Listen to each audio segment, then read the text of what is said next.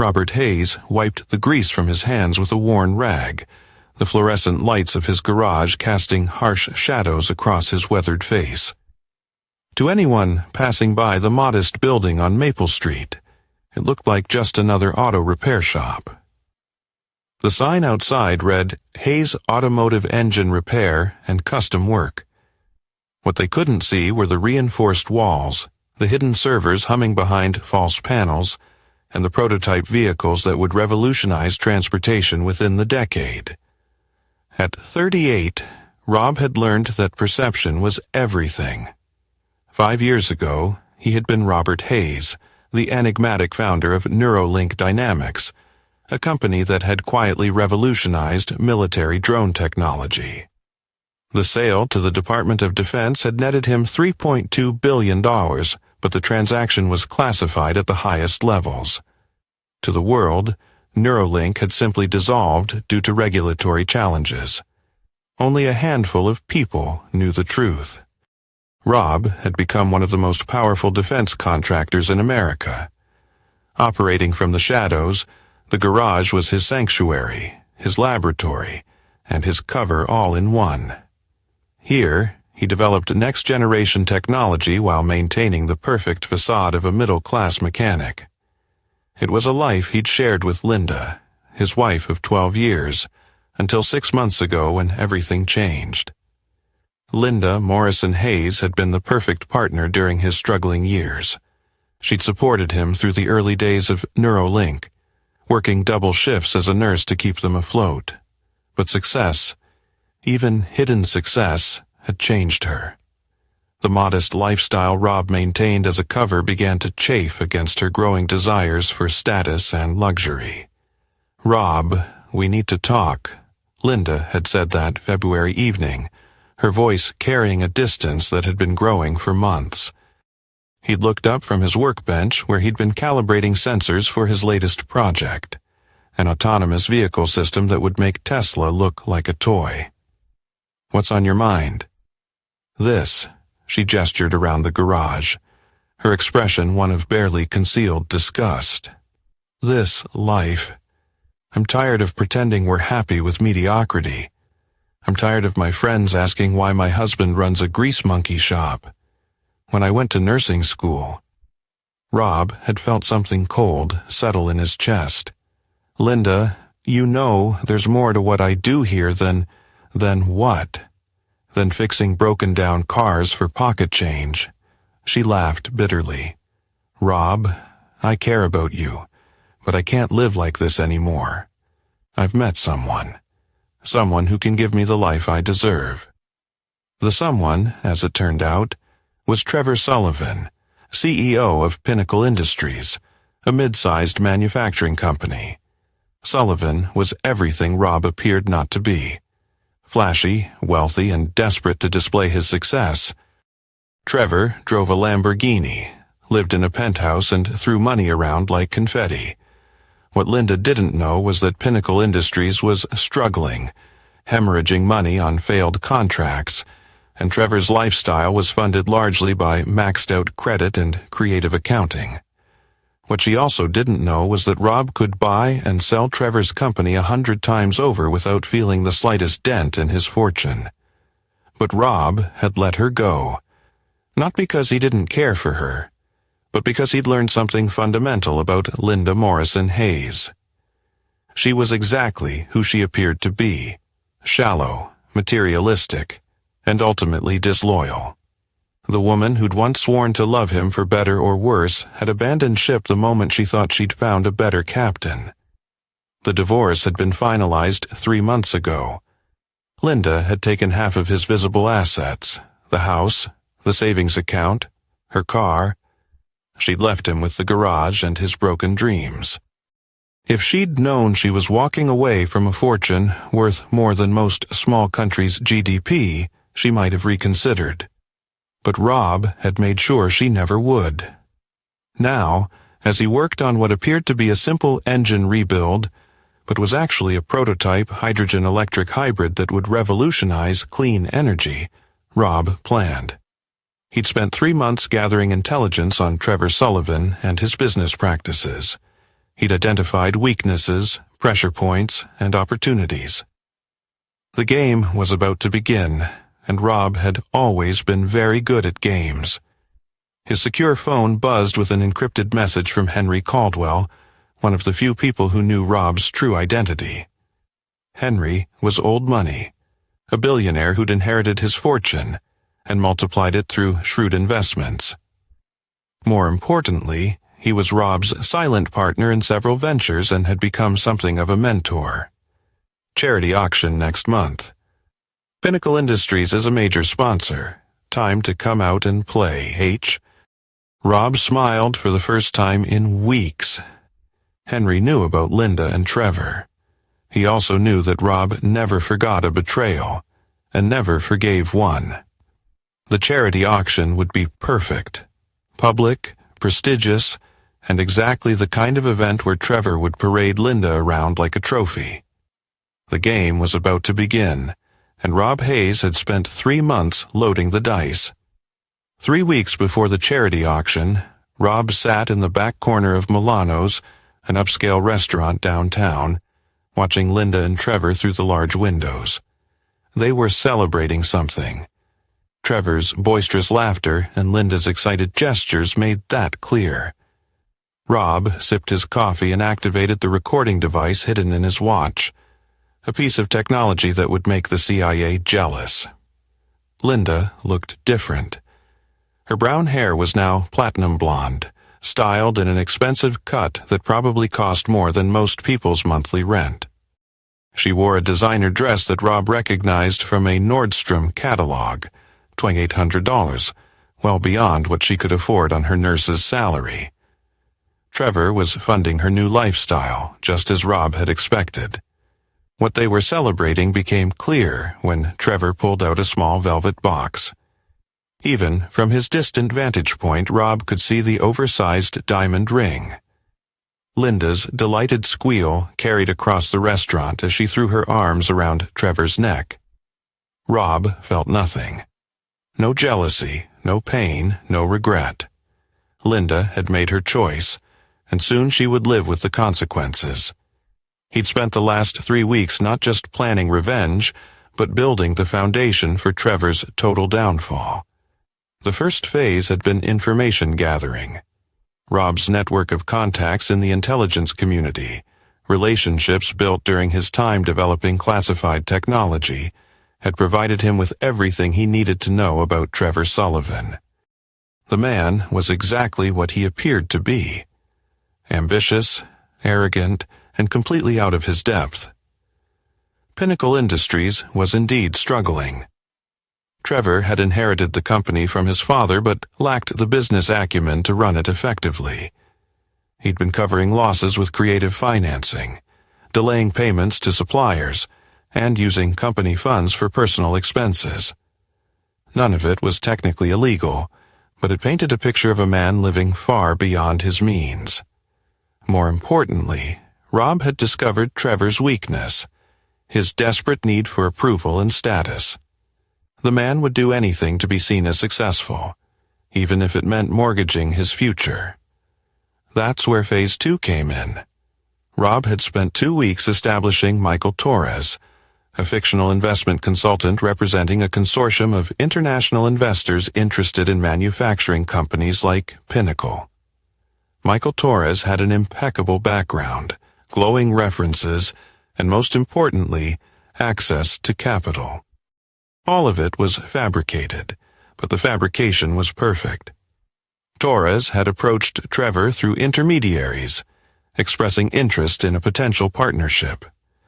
The carrot was irresistible: a $50 million investment in exchange for a minority stake in Pinnacle Industries. For Trevor, it was salvation. For Rob, it was the rope Trevor would use to tie his own knot. The meeting had been scheduled for tomorrow at Pinnacle's headquarters. Rob, disguised as Torres with subtle prosthetics and a different hairstyle, would present Trevor with an opportunity that seemed too good to be true. Because it was. But first, Rob had one more piece of intelligence to gather. He activated the directional microphone hidden in his collar. another piece of classified technology that could isolate conversations from 50 yards away. Linda's voice came through clearly. "Can't believe how different everything is now. I mean, look at this ring. Rob never would have bought me something like this. He was always so frugal, always talking about being practical." Trevor's laugh was grating. "Practical. That's one way to put it. I still can't believe you were married to a grease monkey for 12 years. What were you thinking?" "I thought I loved him," Linda said, twirling the ring on her finger.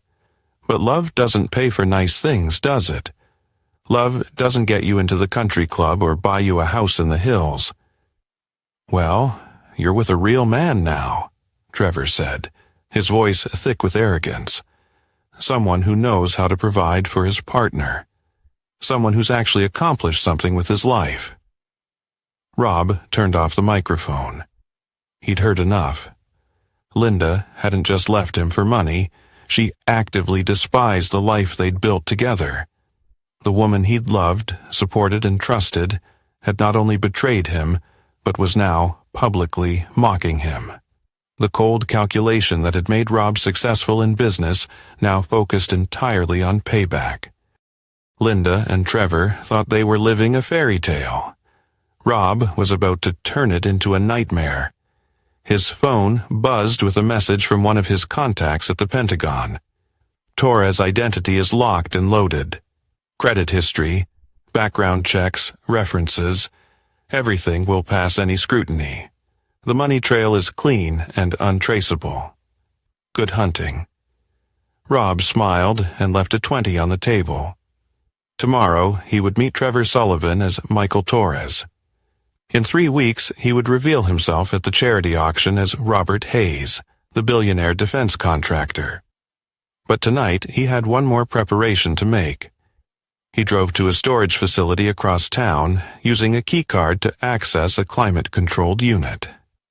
Inside were the remnants of his old life. Awards from the Department of Defense, photographs with senators and generals, newspaper clippings from the few times Neuralink had received public recognition before going dark. But more importantly, there were the contracts, signed agreements worth hundreds of millions of dollars for ongoing projects, purchase orders from NATO allies, patent filings that would reshape multiple industries.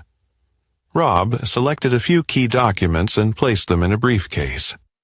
At the charity auction, when Henry Caldwell called him Sir CEO, these would be his proof. Not that he needed to prove anything to Linda or Trevor. By then, their world would already be collapsing around them. He locked the storage unit and drove home to his modest apartment above the garage. Tomorrow, the game would begin in earnest. And Robert Hayes had never lost a game that mattered. The Pinnacle Industries headquarters was a gleaming glass tower that projected exactly the image Trevor Sullivan wanted: success, power, and prosperity. What it actually represented was a company burning through cash to maintain appearances. Rob, now completely transformed into Michael Torres, walked through the marble lobby with the confidence of a man holding all the cards. The transformation was flawless. Subtle facial prosthetics, professionally applied by a contact from his intelligence days, had altered his bone structure just enough to make him unrecognizable. Contact lenses changed his brown eyes to blue. His hair was dyed black and styled differently. Even his posture and gait had been modified through weeks of practice. "Mr. Torres, welcome to Pinnacle Industries." Trevor's secretary, a nervous woman in her 50s, greeted him. "Mr. Sullivan is ready to see you." Rob followed her to the top floor, noting the expensive artwork and furniture that decorated the offices.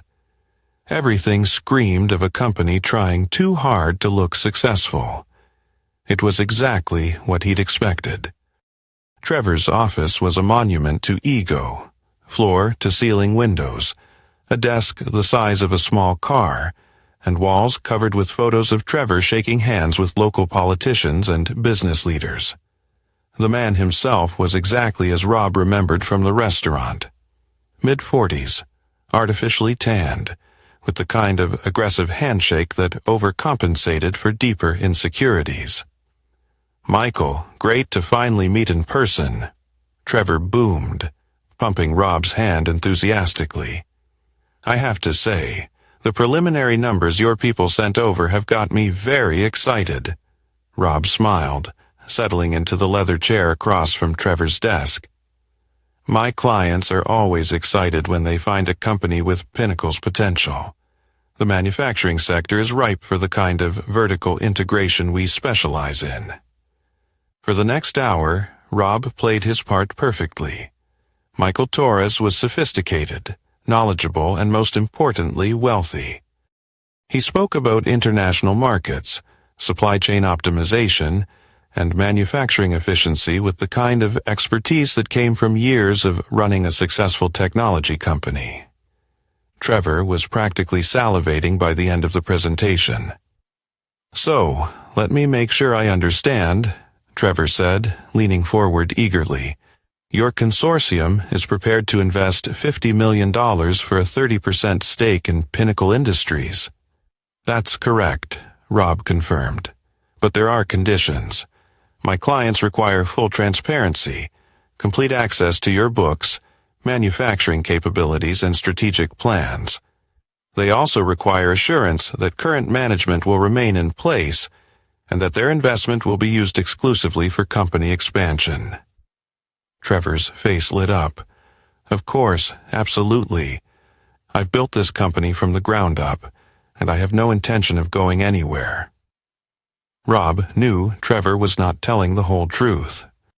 The man had inherited Pinnacle from his father, and had been slowly running it into the ground for the last 5 years. But he also knew Trevor would agree to anything to get his hands on $50 million. "Excellent," Rob said, standing and extending his hand. "I'll have my legal team draft the preliminary agreements. We should be ready to move forward within the next few weeks." "That's fantastic," Trevor practically shouted. "You know what? This calls for a celebration. My fiancé and I are attending the Children's Hospital charity auction next weekend. You should join us as our guest. It'll be a great opportunity to meet some of the other major players in the city." Rob's smile was genuine for the first time all day. "I'd be delighted." As he left Pinnacle Industries, Rob activated a secure communication device and sent a brief message. "Target acquired. Phase 3 is go." The response came back within minutes. "All assets in position. The charity auction will be memorable." Phase 3 was the most delicate part of Rob's plan. Over the next week, Michael Torres would gradually reveal inconsistencies in his background. Nothing dramatic, just small discrepancies that would make a careful investigator suspicious. Trevor, drunk on the promise of $50 million, wouldn't be careful, but Linda would be.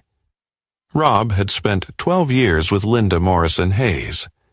He knew her better than she knew herself. She was suspicious by nature, paranoid about being deceived, and absolutely obsessive about researching anyone who entered her life.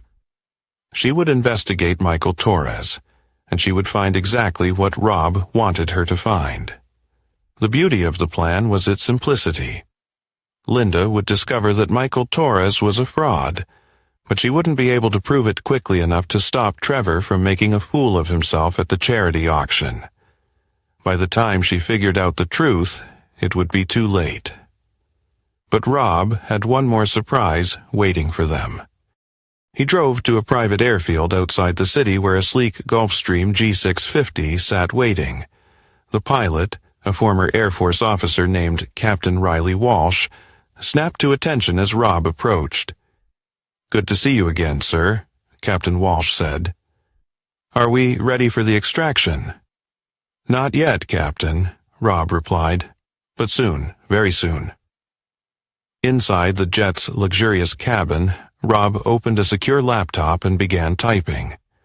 A message appeared on screens in 3 different time zones, reaching people who owed their careers, their fortunes, or their lives to Robert Hayes. The game enters its final phase next weekend. Stand by for signal. Within hours, the responses began flooding in, ready and waiting. General Morrison, all financial instruments in place. Goldman, media assets standing by. Chun, legal team assembled. Rodriguez. Rob closed the laptop and looked out at the city skyline. Somewhere out there, Linda was trying on dresses for the charity auction, probably spending money she didn't have to impress people who didn't matter. Trevor was fantasizing about the $50 million that would never come. Neither of them knew that they were about to attend the most important evening of their lives. The night when Robert Hayes would stop being a grease monkey and become exactly who he'd always been. A billionaire with the power to defeat his enemies and the patience to do it perfectly. The charity auction was 6 days away. Rob had waited 6 months for his revenge. He could wait 6 more days. The last bit of the week unfolded with the smoothness of a well-rehearsed play. Dr. Amanda Foster had been Linda's best friend since nursing school, and she had serious concerns about Michael Torres. Sitting in her pristine home office 3 days before the charity auction, Linda scrolled through the background check she'd commissioned from a private investigator. "Look at this, Amanda," Linda said, pointing to her laptop screen. "Everything about this Torres guy checks out, but something feels off. His business registration in Delaware is only 6 months old. His previous company supposedly dissolved due to regulatory issues, but there's no record of what those issues were." Amanda, a sharp woman who'd built a successful medical practice through careful attention to detail, frowned at the information. "Why are you so worried?" "Trevor seems thrilled about the investment." "That's exactly why I'm worried," Linda said. "Trevor sees dollar signs and stops thinking clearly. Remember that disaster with the Chinese manufacturing contract? He nearly bankrupted Pinnacle because he didn't do his due diligence. What Linda didn't know was that Rob had anticipated her investigation. Every piece of concerning information she'd found had been carefully planted. The Delaware registration, the mysterious dissolved company, the gaps in Torres's employment history. All of it was designed to make her suspicious without giving her enough concrete evidence to prove anything fraudulent. Meanwhile, across the city, Rob was implementing the most crucial phase of his plan. The abandoned warehouse in the industrial district looked like every other failed business in the area, but inside, it buzzed with activity. Banks of computers lined the walls, each one monitored by specialists in cybersecurity, financial investigation, and information operations. This was Rob's war room, staffed by former military intelligence officers who'd worked for him on classified projects. "Status report," Rob said as he entered the main operations center. Colonel Sarah Martinez, his former liaison with the Pentagon, looked up from a bank of monitors displaying financial data. "Operation Pinnacle is proceeding on schedule. We've identified every debt, every obligation, and every vulnerability in Sullivan's business empire." "What about the personal side?" "Even better," Martinez replied with a grim smile. "Sullivan's been using company credit cards for personal expenses for 3 years. His mortgage is underwater and he's carrying $200,000 in personal debt. The engagement ring he bought for your ex-wife was charged to Pinnacle's marketing budget." Rob absorbed this information without emotion. "What's our timeline for the charity auction revelation?" Dr. James Chun, Rob's former chief technology officer at Neuralink, joined the conversation. "Henry Caldwell will arrive at 8:30 p.m. as scheduled. The moment he calls you, Sir CEO, our media assets will release the first wave of information about your true identity." Colonel Martinez nodded, a sense of anticipation in the room. By 9 p.m., Every major news outlet will have confirmation that Robert Hayes, the mysterious founder of Neuralink Dynamics, is alive, well, and worth approximately $3.2 billion, and Torres will vanish like he never existed, Martinez said. Every document, every reference, every digital footprint will be scrubbed clean. As far as the world will know, Michael Torres was an elaborate fabrication. Rob nodded. What about Sullivan's reaction? Chun pulled up a psychological profile on one of the monitors. Based on our analysis, he'll go through the classic stages: denial, anger, bargaining, depression. But his narcissistic personality disorder means he'll ultimately blame everyone except himself. He'll turn on Linda within 48 hours. The plan was elegant in its cruelty. Trevor would be exposed as a fraud who'd nearly entered a business partnership with a fictional person. The humiliation would destroy his credibility, tank Pinnacle's stock price, and trigger debt collection that would cost him everything. More importantly, it would reveal to Linda exactly what kind of man she'd left Rob for. But Rob had saved the most devastating revelation for last. Martinez, show me the surveillance footage from last night. The monitor displayed crystal-clear video of Trevor entering an upscale hotel with a woman who definitely wasn't Linda. The timestamp showed 11:30 p.m., while social media posts confirmed Linda was at her book club until midnight. Name, Rebecca Thorne, Martinez replied, Sullivan's former secretary. He's been seeing her for 8 months, including the entire time he's been with Linda. Rob felt a cold satisfaction settle in his chest. Trevor Sullivan wasn't just a fraud and a poor businessman, he was also unfaithful. Linda had left her loyal husband for a man who was already betraying her. I want this released 48 hours after the charity auction, Rob ordered. Give Linda time to process the financial humiliation first, then show her what kind of man she really chose. His secure phone buzzed with an encrypted message from Henry Caldwell. Confirmed for tomorrow night. The guest list reads like a who's who of American power. Your entrance will be memorable. Rob smiled. The charity auction guest list included senators, federal judges, Fortune 500 CEOs, and foreign ambassadors. When Henry Caldwell revealed Rob's true identity in front of this audience, the story would explode across every media platform simultaneously. But there was one more element to coordinate. Chun, what's the status on the Neuralink demonstration? Ready for deployment? Chun replied, The autonomous vehicle system is loaded and waiting in the garage. When the media asks for proof of your technological capabilities, we'll have a live demonstration that will make Tesla look like a toy company.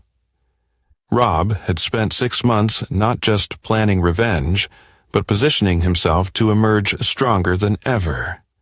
The foundation was laid, the pieces set. Now, all that remained was to watch the final act unfold with perfect precision. The charity auction would serve as Rob's reintroduction to the world, backed by technology so advanced it would immediately establish him as a major player in multiple industries. Timeline for Linda's financial situation? Rob asked. Interesting development there, Martinez replied. Our investigation shows she's been spending money she doesn't have, assuming Trevor will cover her debts. Credit cards maxed out, personal loan for the engagement party, even a lease on a luxury car. When Trevor's empire collapses, she'll be personally liable for approximately $180,000 in debt. The irony was perfect. Linda had left Rob because she thought he couldn't provide the lifestyle she wanted. Now, she'd accumulated massive debt, chasing that lifestyle with a man who was about to lose everything. Rob checked his watch. 24 hours until the charity auction. 24 hours until Linda Morrison Hayes learned the true cost of her betrayal. Final preparations, everyone, he announced to the room.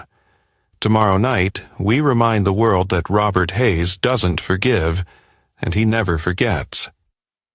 The morning of the charity auction dawned crisp and clear, the kind of October day that made the city's elite feel optimistic about their tax-deductible generosity. In her borrowed penthouse bedroom, Linda stood before a full-length mirror, adjusting the straps of a $5,000 Valentino gown that Trevor had bought her for the occasion. She looked stunning, and she knew it. The deep emerald green complemented her new blonde hair perfectly, and the custom alterations made the dress fit like it had been designed specifically for her. This was the life she dreamed of. Designer clothes, luxury accommodations, and a man who wasn't afraid to spend money on her happiness. But something was bothering her about Michael Torres. "Trevor, honey," she called to the bathroom where he was struggling with his bow tie. "Are you absolutely certain about this Torres investment?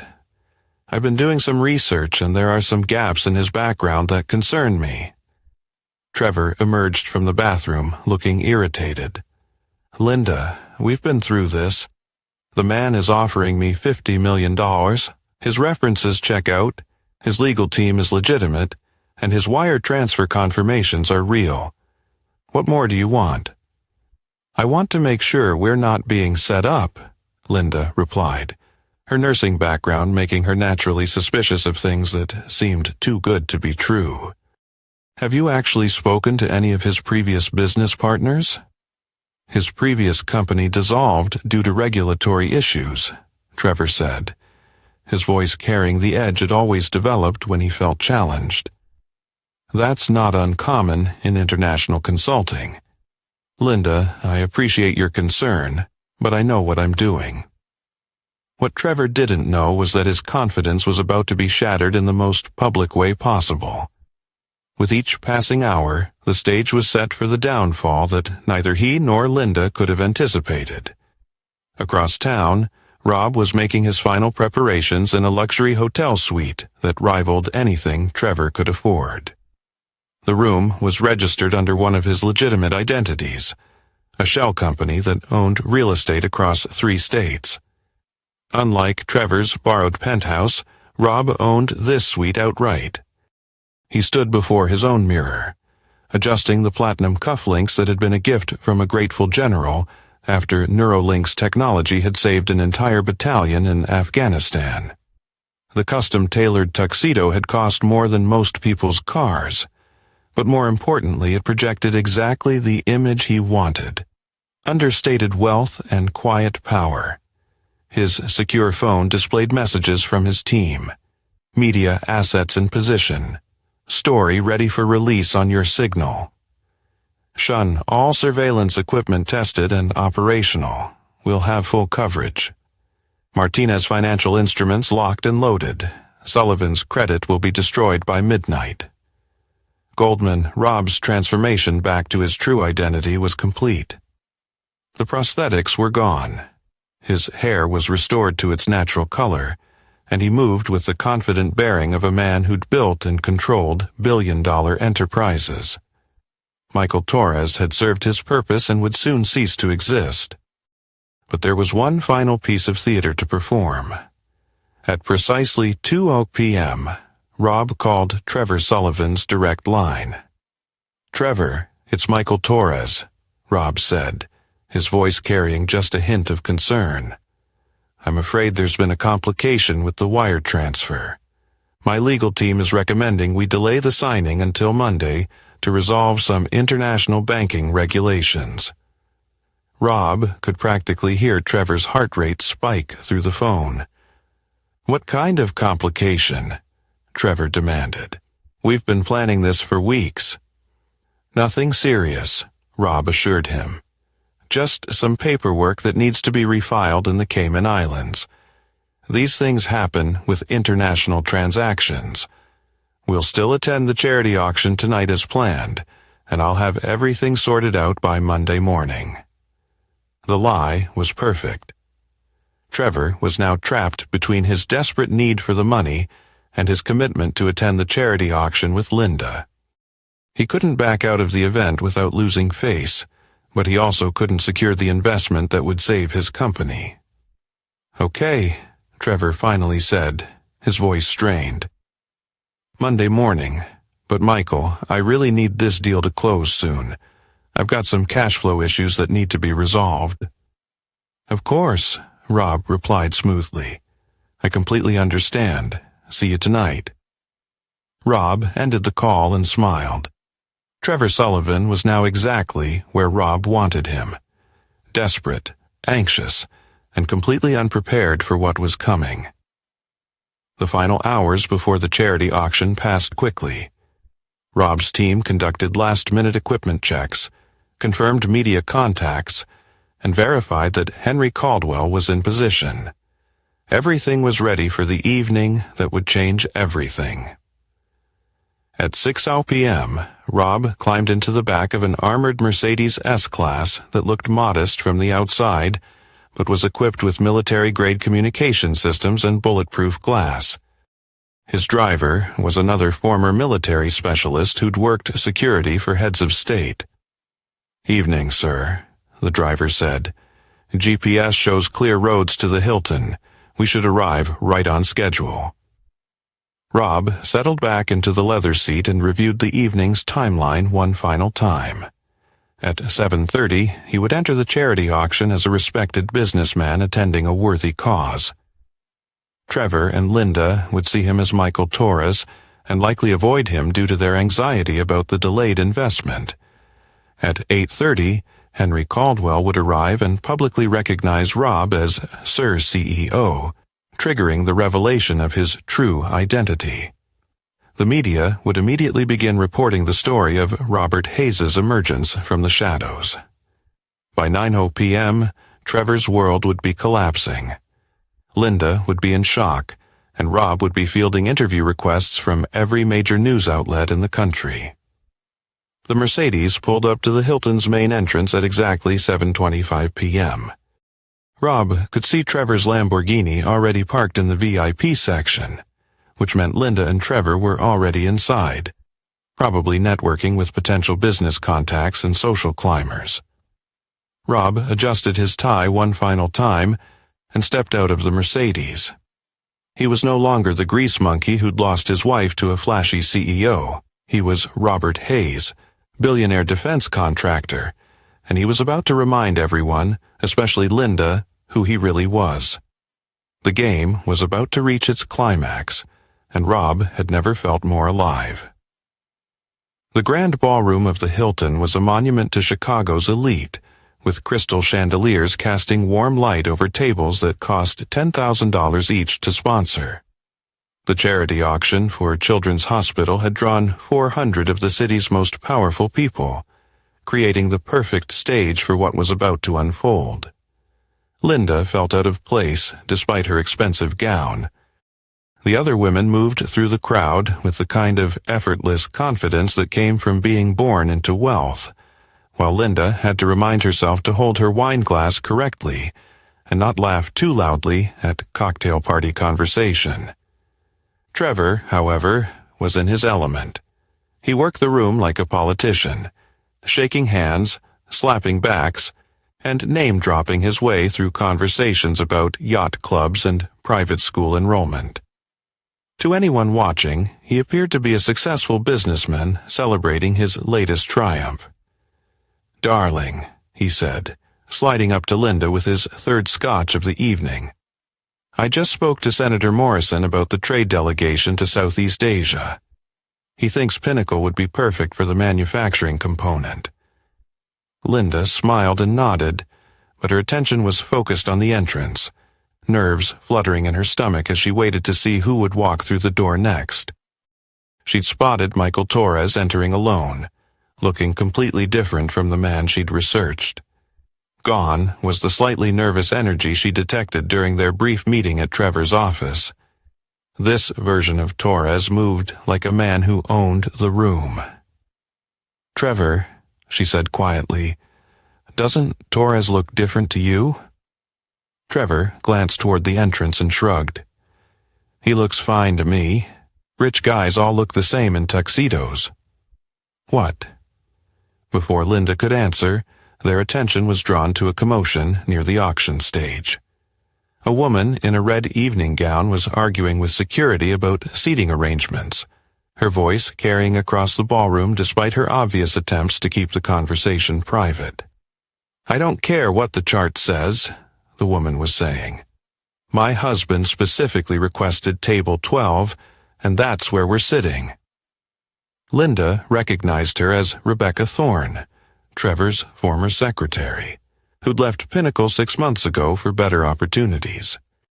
What struck Linda as odd was seeing Rebecca at a charity auction that cost $1,000 per ticket, especially since she'd been making $35,000 a year as a secretary. More troubling was the fact that Rebecca kept glancing in Trevor's direction, but Trevor seemed to be deliberately avoiding eye contact with her. "Trevor," Linda said carefully, "isn't that Rebecca Thorne, your old secretary?" Trevor's face went pale, and he quickly turned away from Rebecca's direction.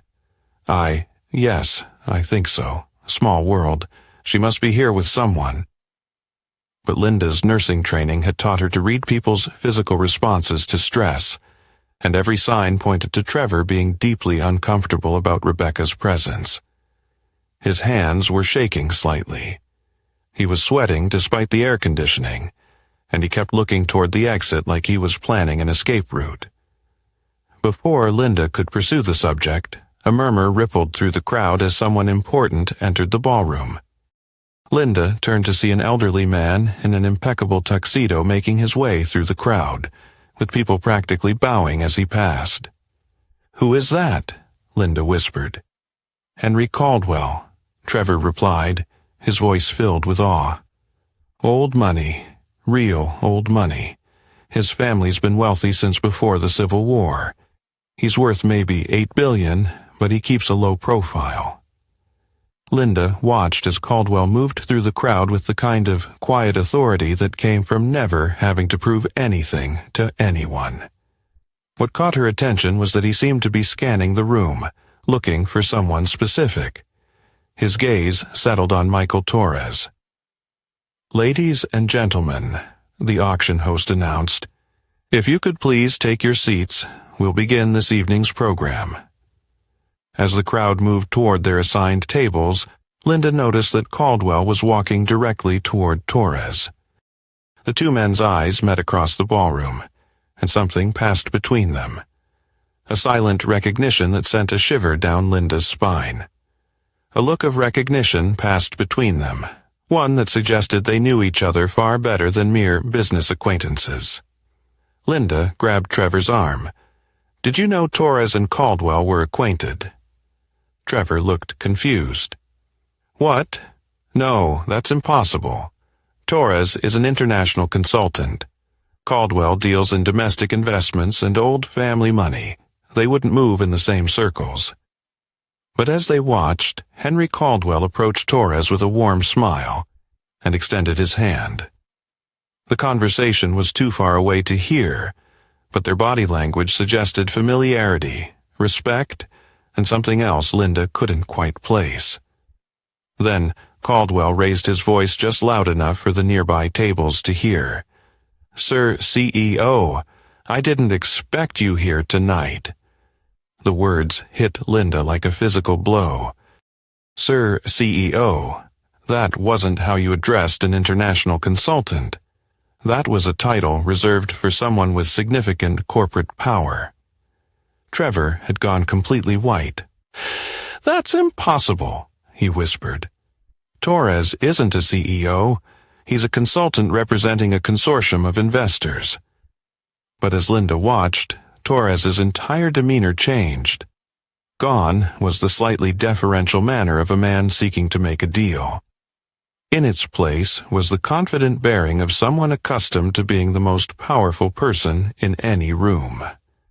Torres, if that was even his real name, smiled at something Caldwell said, then began walking toward their table with purposeful strides. "Trevor," Linda said urgently, "I think we need to leave right now." But it was too late. The man they knew as Michael Torres was standing beside their table, his blue eyes, eyes that Linda now realized looked oddly familiar, fixed on Trevor with an expression of cold amusement. "Trevor," he said, his voice carrying just enough volume for the surrounding tables to hear, "we need to talk about your company's rather creative approach to financial reporting." Trevor's mouth opened and closed like a fish out of water.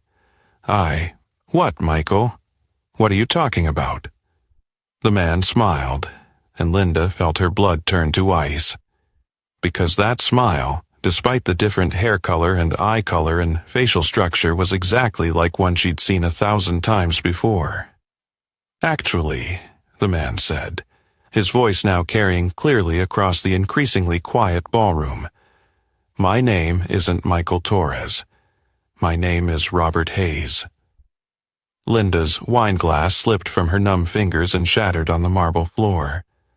All around them, conversations died as people turned to stare at the unfolding drama. "That's impossible," Trevor said, his voice cracking. "Robert Hayes is a grease monkey. He fixes cars. He's nobody, Robert." But Linda now knew, with terrifying certainty, that this was her ex-husband. He laughed, and the sound sent chills down her spine. "Is that what you think?" he asked, his gaze shifting from Trevor to Linda. "That I'm nobody?" Henry Caldwell appeared beside Robert, his elderly face wearing an expression of barely contained amusement. "Ladies and gentlemen," he announced to the now silent ballroom, "allow me to properly introduce Robert Hayes, founder and CEO of Neuralink Dynamics, one of the most successful defense contractors in American history." The silence that followed was deafening. Then, like a dam bursting, the whispers began as everyone in the ballroom tried to process what they had just heard. Linda felt the room spinning around her. The grease monkey she'd left for a better life was standing before her in a custom tuxedo, being introduced as a billionaire defense contractor by one of the richest men in America. Trevor looked like he was about to be sick, and Robert Hayes, her ex-husband, the man she'd betrayed and abandoned, was smiling at them both with the cold satisfaction of a predator who'd finally cornered his prey. "Now then," Robert said conversationally, "shall we discuss that $50 million investment you've been counting on?" The charity auction had transformed from a genteel fundraising event into the most riveting drama Chicago high society had witnessed in decades. Phones were discreetly emerging from purses and jacket pockets as the city's elite began documenting what was clearly going to be the scandal of the year. Linda sat frozen in her chair, her mind struggling to reconcile the man before her with the husband she'd left 6 months ago. This wasn't just Robert with a haircut and nice clothes. This was a completely different person. A man who commanded the attention of billionaires and moved with the confidence of absolute power. "I don't understand," she whispered, her voice barely audible above the excited murmurs filling the ballroom. Robert's smile was neither kind nor cruel. It was simply empty. "Of course you don't, Linda. Understanding would have required you to actually pay attention to the man you married instead of the lifestyle you thought you deserved." Trevor had found his voice, though it came out as more of a croak. "This is impossible. I researched you. Robert Hayes owns a garage. He fixes cars. He's—" Trevor's voice trailed off as the implications began to hit him. "A nobody," Robert finished. "Yes, that's what you told everyone, wasn't it? Poor Linda, married to a grease monkey who couldn't provide for her properly." He gestured around the opulent ballroom. "Tell me, Trevor, how does it feel to discover you've spent 6 months mocking a man who could buy and sell your company with pocket change?" Henry Caldwell stepped forward, clearly enjoying the theater. "Perhaps I should provide some context," he announced to the increasingly captivated audience. 5 years ago, Robert Hayes sold Neuralink Dynamics to the Department of Defense for $3.2 billion. The transaction was classified, which is why it never made the financial news. The room was utterly still, as everyone leaned in to hear what would happen next. But I can assure you, every defense contractor in America knows the name Robert Hayes. A woman at a nearby table gasped audibly. Neuralink Dynamics. They developed the autonomous drone system that revolutionized military reconnaissance, she whispered. Among other things, Robert confirmed, his gaze never leaving Linda and Trevor. I've spent the last 5 years developing next-generation technology while maintaining the perfect cover of a small business owner. It's amazing how invisible you can become when people think you're beneath their notice. Linda felt sick. Every memory of the past year was recontextualizing itself in her mind. The garage wasn't a failing business. It was a laboratory. The late nights weren't Robert struggling to make ends meet. He was developing technology worth billions. The modest lifestyle wasn't because he couldn't afford better.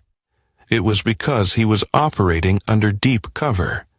You knew, she said, her voice growing stronger as anger began to replace shock. You knew I thought we were struggling financially, and you let me believe it. Robert's expression didn't change. I let you reveal who you really were, Linda. I trusted you enough to share my real work with you a dozen times, but you were too busy complaining about our mediocre life to listen. You made your choice based on what you thought I was worth. Now you get to live with the consequences.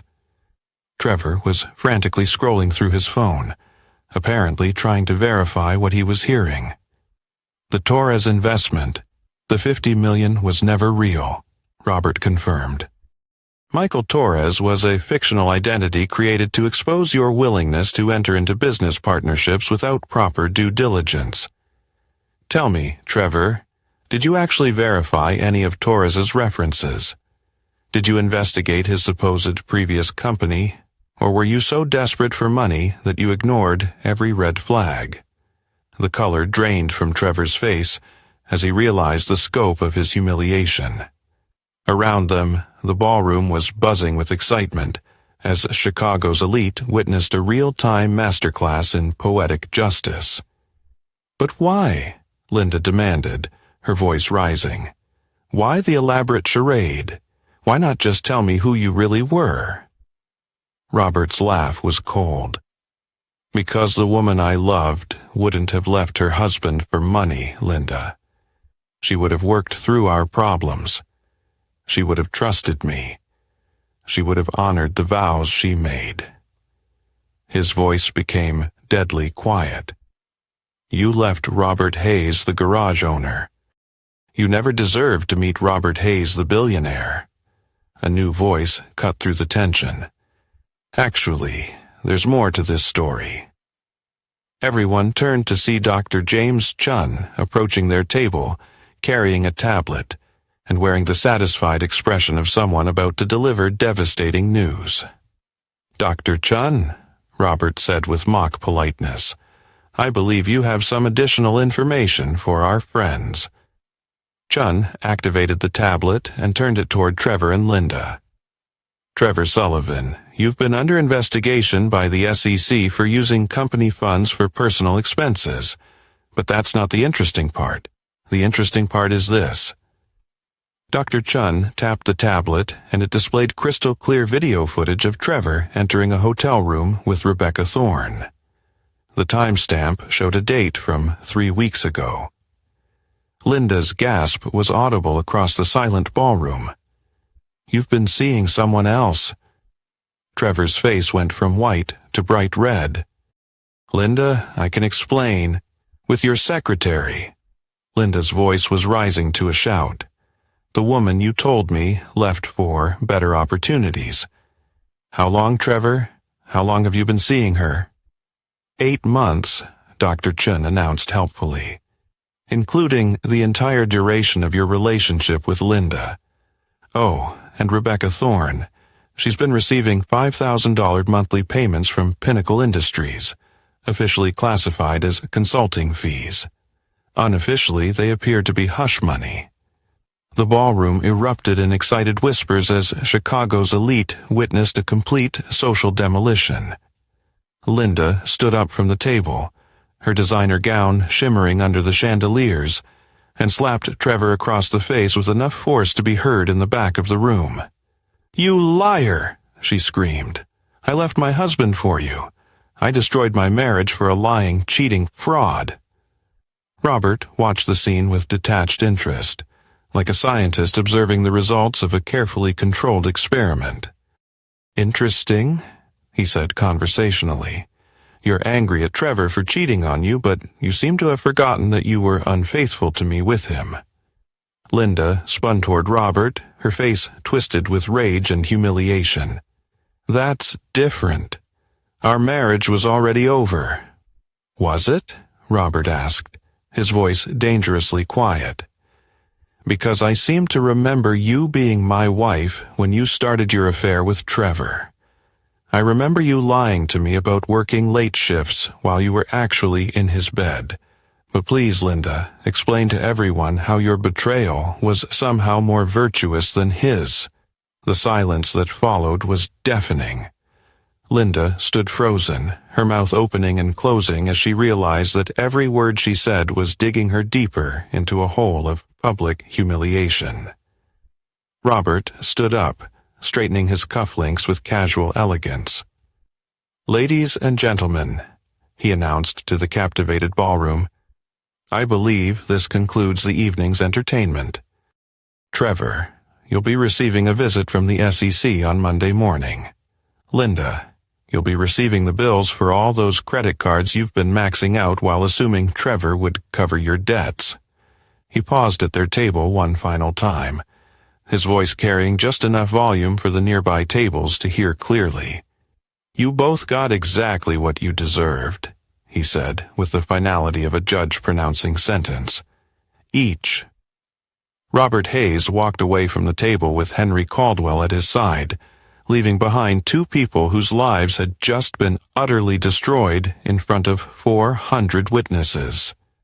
Behind him, Linda's sobs echoed through the crystal-lit ballroom as the full weight of her choices finally came crashing down. The morning after the charity auction, Chicago buzzed with gossip about the most spectacular public humiliation in the city's recent memory. Social media exploded with videos and photos from the event, turning Robert Hayes from an unknown garage owner into a mysterious billionaire overnight. Financial news channels scrambled to piece together the story of Neuralink Dynamics and its enigmatic founder. Linda woke up alone in Trevor's penthouse, her head pounding from both the wine and the emotional devastation of the previous evening. Trevor had stormed out after the auction, shouting something about damage control and legal consultations. He hadn't returned, and Linda was beginning to understand that he probably wouldn't. She padded to the kitchen in her silk pajamas, another expensive purchase she couldn't afford, and made coffee with shaking hands. The morning news was already covering the story, with footage from the charity auction playing on loop. Billionaire defense contractor Robert Hayes emerged from 5 years of anonymity last night at a Chicago charity auction, revealing that his divorce and apparent financial struggles were an elaborate cover for classified military contracts worth billions. Linda muted the television and sank into the leather sofa that Trevor would probably lose within the month. Her phone had been buzzing incessantly since dawn with calls from reporters, former friends, and creditors who'd seen the news and realized she might not be able to pay her debts. The worst part wasn't the humiliation or even the financial ruin. It was the growing realization of what she'd actually lost.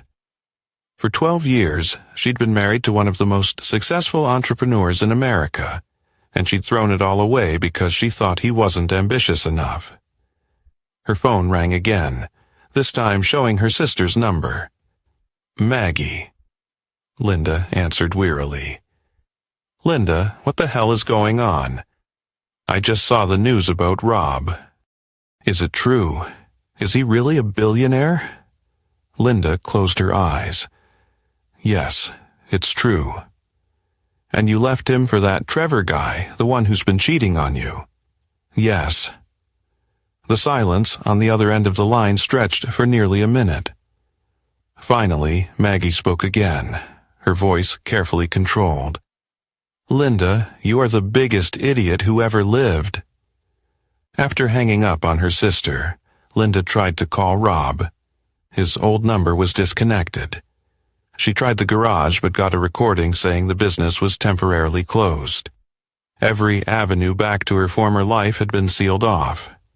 Meanwhile, across the city, Trevor Sullivan was discovering just how quickly a reputation could be destroyed, as his downfall began in earnest.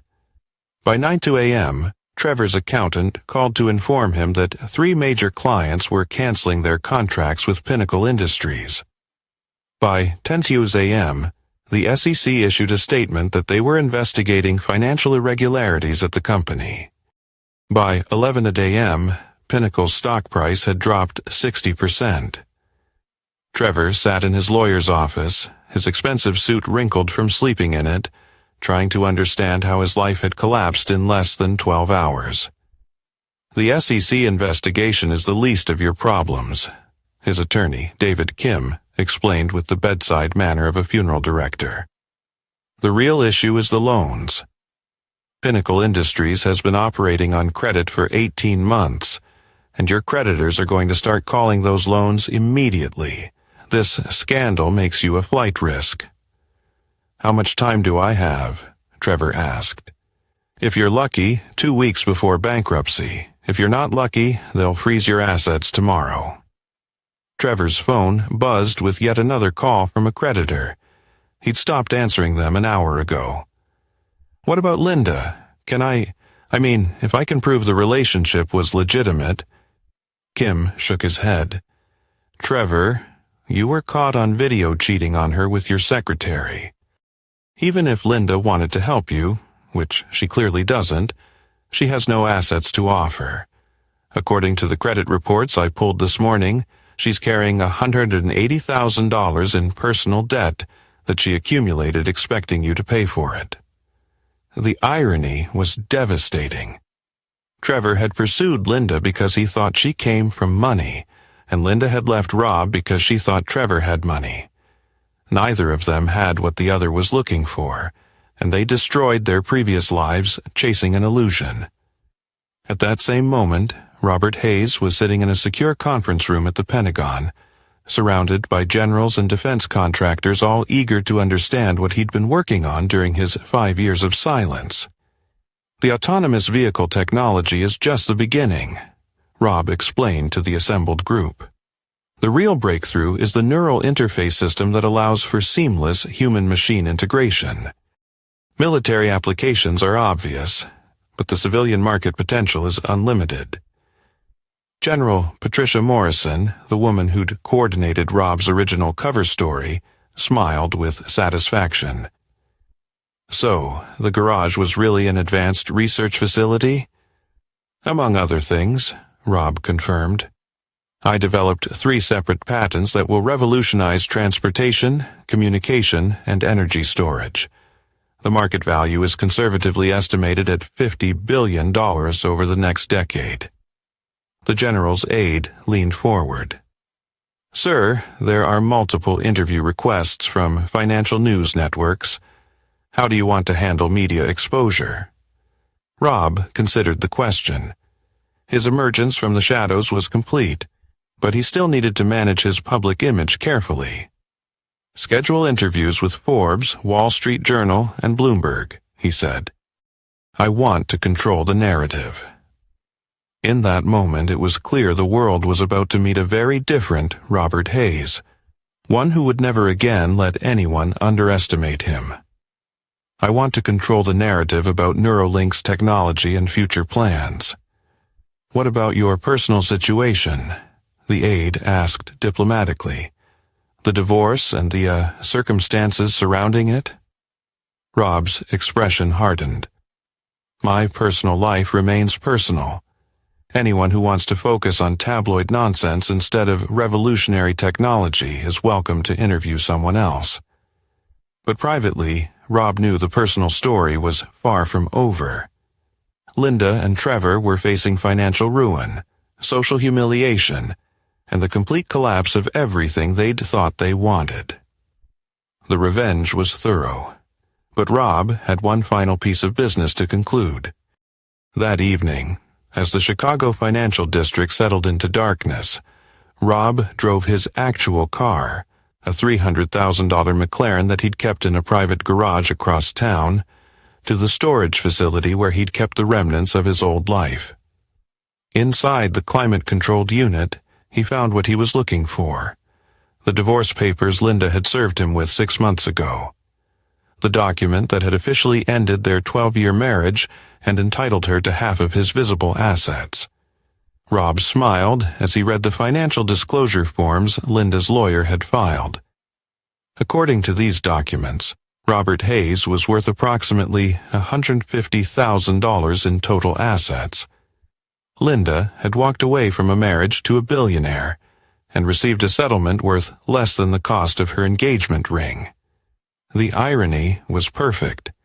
Linda had gotten exactly what she asked for, half of everything she thought Robert Hayes was worth. Rob locked the storage unit and drove home to his apartment above the garage. Tomorrow, he would begin the process of emerging fully into his new public life as a billionaire entrepreneur. But tonight, he allowed himself a moment of satisfaction. Linda Morrison Hayes had made her choice based on money, status, and social climbing. She'd received a lesson in the difference between appearance and reality that would last for the rest of her life. And Robert Hayes had proven something far more important: that loyalty, trust, and character couldn't be bought at any price. The revenge was complete, but Rob had discovered something unexpected in the process. The anger that had driven him for 6 months was gone, replaced by something much more valuable: the absolute certainty that he'd made the right choice in letting Linda go. She'd never been worthy of the man he really was.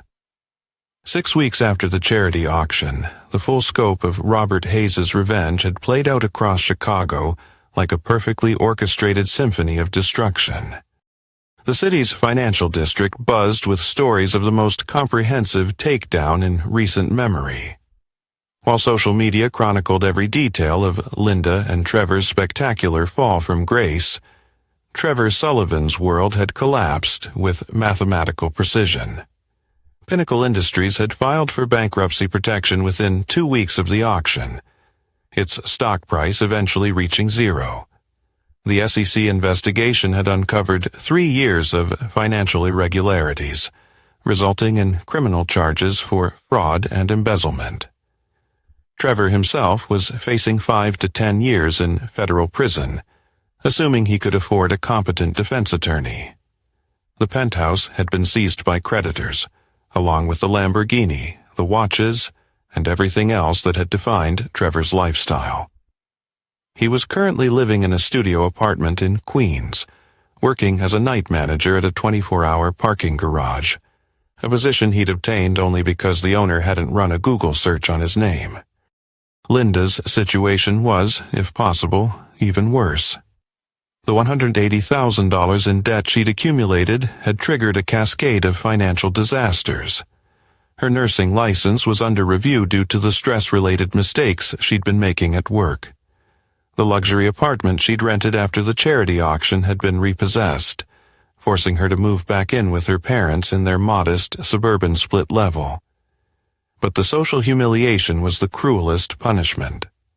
Chicago's elite society had made Linda and Trevor into cautionary tales, their names synonymous with greed, betrayal, and spectacular misjudgment. Former friends crossed the street to avoid conversations, and Linda couldn't go to a grocery store without recognizing someone who'd seen the auction footage online. The irony was that Linda now understood exactly what she'd lost. The news coverage of Robert's emergence had revealed not just his wealth, but his genuine brilliance and accomplishments. She'd been married to a man who had revolutionized military technology, created breakthrough innovations in artificial intelligence, and built relationships with the most powerful people in the world, and she had left him because she thought he wasn't successful enough. On a cold December morning, Linda sat in her childhood bedroom, surrounded by the debris of her former life. Designer clothes hung in a closet next to teenage concert t-shirts, creating a surreal timeline of bad decisions. Her phone buzzed with another call from a debt collector which she ignored. A soft knock on her door interrupted her misery. "Linda," her mother's voice called, "there's someone here to see you." Linda's heart jumped. For weeks, she'd been fantasizing about Rob appearing at her door, ready to forgive her and take her back. The fantasy was pathetic and she knew it, but it was the only thing that made the days bearable. She ran downstairs, not bothering to fix her hair or change out of her pajamas. But the man standing in her parents' living room wasn't Robert Hayes. "Mrs. Hayes," the visitor said, consulting a clipboard. "I'm David Rodriguez from Hayes Legal Services. I have some documents that require your signature." Linda's mother hovered anxiously in the doorway as Linda accepted the thick manila envelope, her hands trembling in anticipation and dread as she realized this was final in a way she could never undo. Inside were divorce finalization papers, property transfer documents, and a letter written in Rob's precise handwriting. "Linda," the letter began, "these documents complete the legal separation of our lives. As you'll see, I'm transferring ownership of our former house to you, along with enough money to pay off your current debts. This isn't kindness, it's closure." Linda's hand shook as she continued reading. "You made your choice based on money. So, let me be clear about the financial reality. The house is worth $300,000. Your debt forgiveness totals $180,000. In exchange for signing these papers, you'll receive approximately $120,000 in net worth. Almost exactly what you thought I was worth when you left me." The next paragraph was devastating in its clinical precision. "I want you to understand something, Linda. This money represents the absolute limits of my charity toward you. You will never see me again. You will never contact me again. You will never benefit from my success again. You made a choice to value money over loyalty, status over character, and appearance over substance. These are the consequences of that choice." Linda sank into her mother's floral armchair, tears streaming down her face as she reached the final paragraph. "Trevor Sullivan is facing federal charges and will likely spend the next decade in prison. Rebecca Thorne has testified against him in exchange for immunity. You picked a cheating, lying fraud over a man who loved you enough to build a life with you. I hope it was worth it." The letter was signed simply R. Hayes, with no personal sentiment or acknowledgement of their shared history. David Rodriguez cleared his throat. "Mrs. Hayes, if you're willing to sign these documents, the debt forgiveness will take effect immediately, and the house deed will transfer to your name. Mr. Hayes wanted me to emphasize that this is a final settlement with no possibility of future modifications." Linda looked at the papers through her tears. It was a generous offer, more than generous. Rob was giving her financial stability and a fresh start despite everything she'd done to him. But it was also a final rejection, a legal wall that would separate them permanently. "What if—" Linda began, then stopped herself. There was no what if. Rob had been brutally clear about the finality of this arrangement. She signed the papers. After Rodriguez left, Linda's mother sat beside her on the floral sofa. "Honey, what happened between you and Rob? I never understood why you left him." Linda laughed bitterly. "I thought he wasn't ambitious enough, Mom. I thought he was wasting his potential fixing cars when he could have been doing something important." She gestured at the divorce papers. "Turns out he was doing something important. I was just too shallow to see it. "But this is good news, isn't it?" her mother asked gently. "You'll have the house and your debts will be paid off. You can start over." Linda nodded, but she felt hollow inside. The lesson had come at a price she would never forget, and the rest of her life would bear the weight of everything she'd lost by choosing appearance over substance. Rob had given her exactly what she'd claimed to want: financial security. But in doing so, he'd also made it clear that she'd never been worthy of what he'd really been offering: a partnership with one of the most brilliant men she'd ever known. Meanwhile, across the city, Robert Hayes was putting the finishing touches on his new life. The garage had been converted into a legitimate research facility with proper laboratories and manufacturing capabilities. Neuralink Dynamics had been reborn as a public company with Rob as CEO and a market valuation approaching $20 billion. He'd moved out of the apartment above the garage and into a penthouse that made Trevor's former residence look modest by comparison. But more importantly, he'd surrounded himself with people who valued competence, loyalty, and character, qualities that Linda had never appreciated. The revenge against Linda and Trevor was complete. But Rob had discovered something unexpected in the process.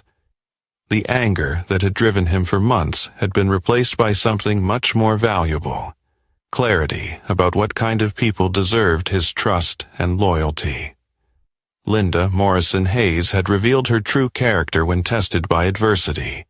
She'd chosen money over love, status over substance, and immediate gratification over long-term partnership. The woman he'd thought he'd loved had never actually existed. As Rob stood in his new office, looking out over the Chicago skyline, he felt genuinely grateful for Linda's betrayal. She'd freed him from a marriage built on her fundamental misunderstanding of who he was and what he valued. His secure phone buzzed with a message from Henry Caldwell. "Dinner tonight? I have someone I'd like you to meet. Brilliant, accomplished, and completely unimpressed by money." Rob smiled and typed back, looking forward to it. The Robert Hayes who'd once lost sleep over his wife's betrayal was gone. In his place was a man who understood that the best revenge wasn't destruction. It was success so complete that your enemies became irrelevant. Linda Morrison Hayes had gotten exactly what she'd asked for: a fresh start and financial security.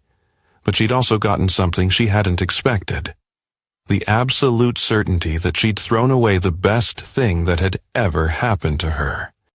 And Robert Hayes had gotten something even more valuable: the knowledge that he'd never make the mistake of loving someone unworthy of him again.